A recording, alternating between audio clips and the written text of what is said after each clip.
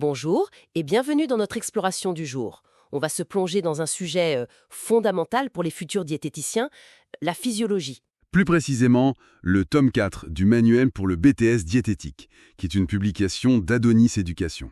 Notre but, C'est d'en extraire les concepts clés pour comprendre comment notre corps fonctionne, surtout en lien avec l'alimentation. oui, bonjour. Et c'est essentiel parce que la physiologie, ce n'est pas juste apprendre des noms compliqués, c'est vraiment comprendre les rouages internes, comment le corps réagit à ce qu'on mange, comment il s'adapte, comment il maintient son équilibre et pourquoi parfois ça dérape vers la maladie. Il faut savoir qu'Adonis Éducation propose une formation très complète. Il y a des cours, des devoirs corrigés, un vrai suivi personnalisé. Et c'est accessible dès 69 € par mois.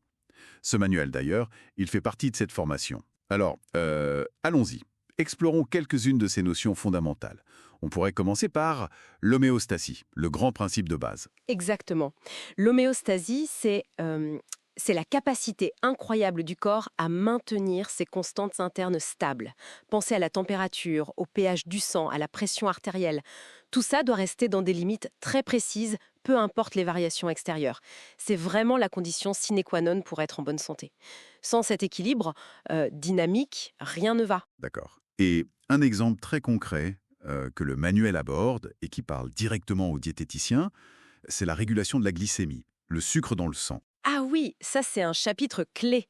La glycémie, donc le taux de glucose sanguin. Il faut qu'elle reste stable. Quand on mange, elle monte. Là, l'insuline intervient.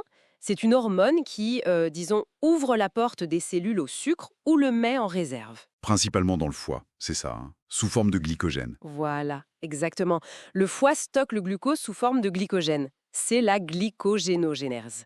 Et à l'inverse, si la glycémie baisse trop, une autre hormone, le glucagon, demande au foie de libérer ce sucre stocké. Hop, on déstocke. C'est la glycogénolyse. Et le foie peut même en fabriquer? Oui. Si les réserves sont basses et qu'on a besoin de sucre, le foie peut en produire à partir d'autres éléments comme des acides aminés. C'est la néoglucogénèse. Comprendre ça, c'est essentiel pour conseiller sur le type de glucides, leur impact sur l'énergie. Et le manuel propose des travaux dirigés là-dessus, je crois, pour appliquer ces connaissances. Tout à fait.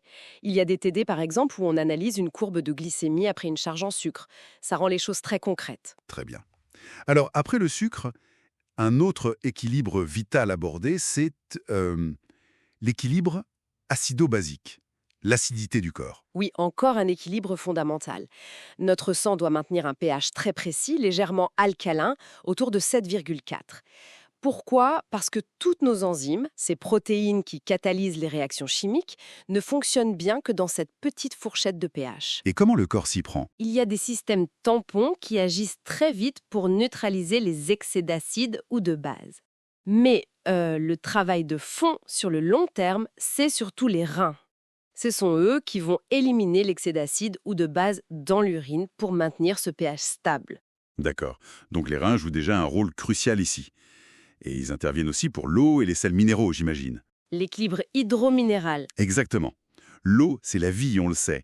Elle est répartie dans nos cellules et à l'extérieur. Et cet équilibre hydrique est très lié aux minéraux dissous, les électrolytes. Le sodium, le potassium. Voilà, principalement. Surtout le sodium. En gros, l'eau suit le sodium. Si le corps retient du sodium, il retient de l'eau. Et inversement. Et là encore, les reins sont les grands régulateurs. Ils ajustent la quantité d'eau et de sodium excrétée grâce à des hormones comme l'aldostérone et l'ADH, l'hormone antidiurétique. C'est fascinant comme tout est lié. Justement, ces reins, comment font-ils ce travail de filtre et de tri permanent? Le manuel doit détailler ça. Oui, il explique le fonctionnement du néphron, qui est l'unité fonctionnelle du rein. On en a des millions. Le processus est en plusieurs étapes. D'abord, une filtration massive du sang dans une structure appelée le glomérule. Ça donne l'urine primitive, une sorte de plasma sanguin sans les grosses protéines. Et ensuite, tout n'est pas jeté, j'imagine. Non, heureusement. Ensuite, le long de petits tubes très spécialisés, le rein va réabsorber presque tout ce qui est utile. La majorité de l'eau, le glucose, les acides aminés, beaucoup de sels minéraux. Et en même temps, il va sécréter activement certains déchets, comme l'urée, la créatinine, des ions en excès, pour former l'urine définitive qu'on élimine.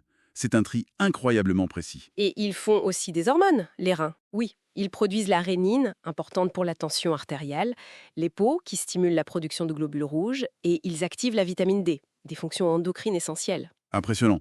Et on ne peut pas parler de toutes ces régulations sans évoquer le rôle central du foie, non? Ah, le foie, c'est vraiment l'usine métabolique du corps. Multifonction. Il synthétise énormément de choses. Des protéines du sang, des facteurs de coagulation, des lipides. Il stocke le glycogène, on l'a vu, mais aussi des vitamines, du fer. Et puis il y a toute la partie détoxification. Il transforme l'ammoniac toxique en urée, il dégrade l'alcool, les médicaments, élimine la bilirubine. C'est un organe vital absolument central. Donc pour résumer un peu, ce manuel couvre vraiment des mécanismes physiologiques clés, la gestion du sucre, de l'acidité, de l'eau, des sels. Le travail essentiel des reins, le rôle pivot du foie, tout ce qu'un diététicien doit maîtriser en fait. Tout à fait. Et ce qui est important de retenir, c'est l'interconnexion de tout ça. Chaque système dépend des autres pour maintenir cet équilibre global, cette fameuse homéostasie. C'est un travail d'équipe permanent à l'intérieur de nous. Exactement. Alors, pour celles et ceux que ça intéresse, on rappelle que ce support, Physiologie tome 4, fait partie de la formation BTS diététique d'Adonis Éducation. Mais on peut aussi se le procurer séparément sur le site lalib.fr. Et pour finir, peut-être une pensée, quand on voit toute cette complexité, cette intelligence du corps qui maintient cet équilibre délicat, à chaque seconde sans qu'on y pense, c'est assez vertigineux, non? C'est une merveille de régulation et d'adaptation permanente. Absolument.